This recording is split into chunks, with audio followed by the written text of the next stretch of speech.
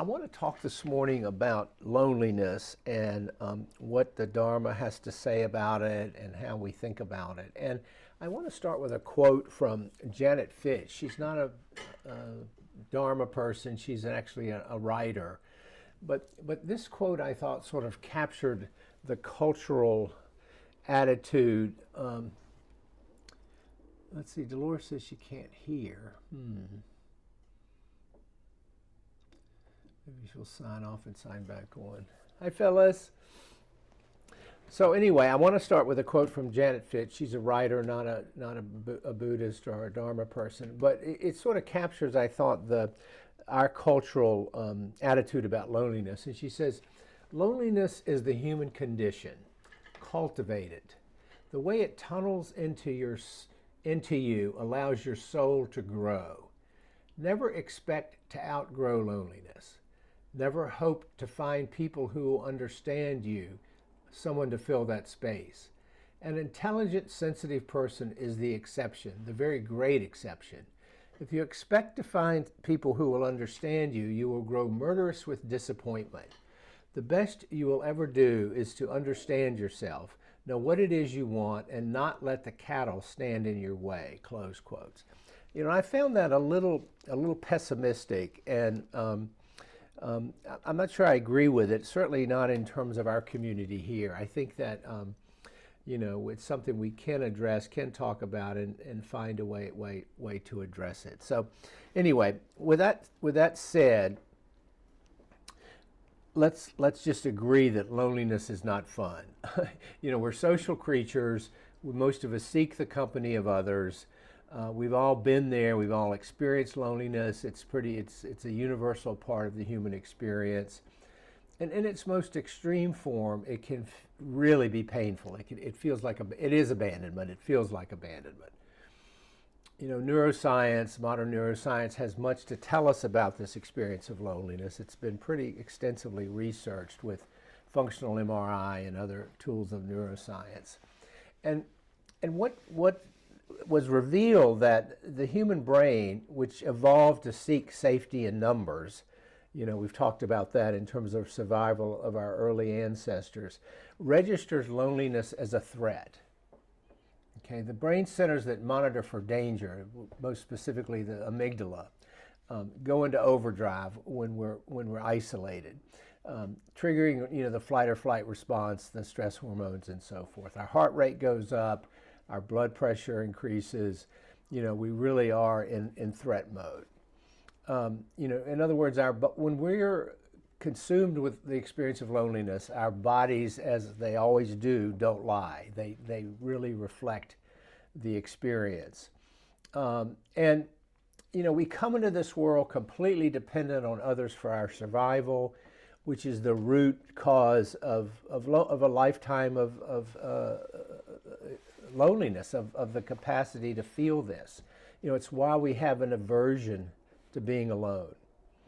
And depending largely on our attachment, you know, there's a world of research on attachment theory, I won't get into that, but depending largely on our early attachment experiences, we all have different thresholds for experiencing loneliness. You know, what is it that triggers that?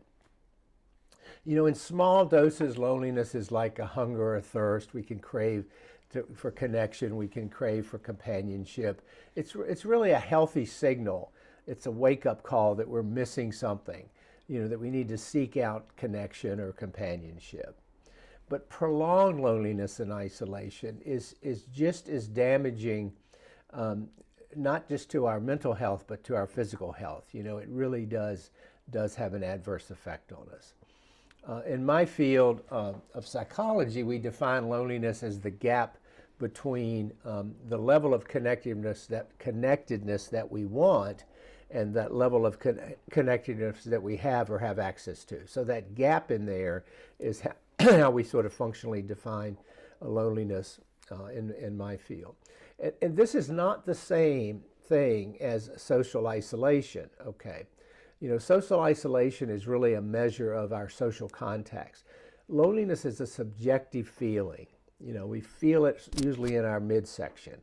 You know, we can be with a lot of people and still feel lonely. You know, the whole notion of being lonely in a crowd, because it really has to do with our capacity for connection, our capacity to open to others, to let others open to us. And if we close that door, we can be around a whole group of people and still feel lonely. So it's a very, as I said, a very subjective feeling. And we can feel it in our families, and many of us grew up in families where we felt lonely. I certainly experienced loneliness as a child. I would retreat to my room and read my Hardy Boys mysteries and, you know, sort of deal with it that way. Or we can be perfectly content by ourselves. I mean, let's don't mistake a loneliness for solitude. You know, solitude is something we voluntarily seek to replenish body and mind, body and spirit. Okay. You know, loneliness, on the other hand, is typically not voluntary, or we don't seek it out. You know, it can be a source of great suffering. You know, over the years and all the faith traditions, you know, solitude has been celebrated. You know, we meditate, we go off, we experience that, we be with ourselves. But that's a really different experience subjectively than loneliness, and I think all of us have experienced both of those things. I think in our culture, and this reflects the quote that I started with, you know, there's an epidemic of loneliness, and it's just been exacerbated by social media. It was exacerbated by the COVID pandemic, because people had to sort of hunker down. And what did we see? We saw huge increases in mental health issues and substance abuse and suicide. I mean, you know, people were really feeling the loneliness, really feeling the isolation during COVID. I think it had a profound effect on us culturally, you know, and so we seek community, we seek connection. It's why we have spiritual friends. It's why we have sangha, you know, to feel connection is an antidote to loneliness. You know, so what is our challenge then to come back to the practice, to come back to the Dharma? Well, we can learn to be with it and accept it when it occurs, without a lot of second arrow baggage laid on top of it. But when we notice it, that also can become an impetus to seek out connection, to seek out companionship. You know, if we're mindfully aware of our loneliness, we don't have to just be with it. We can seek to address it. You know, we have agency here. We have agency over how much suffering the loneliness causes us.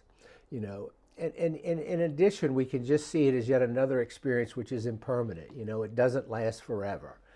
You know, and sometimes it's, you know, the antidote is to pick up the phone and call a friend, or go see someone, or go, you know, hang out with your pets. I mean, there's a million ways we can address it, but we have to recognize that we're not, you know, we're not prisoners of it. We're not, and yet too many people just are stuck in it, and it's a tremendously painful part of the human experience. So I'm going to stop there, and let's talk about, you know, your thoughts on the whole issue of loneliness, solitude, whatever.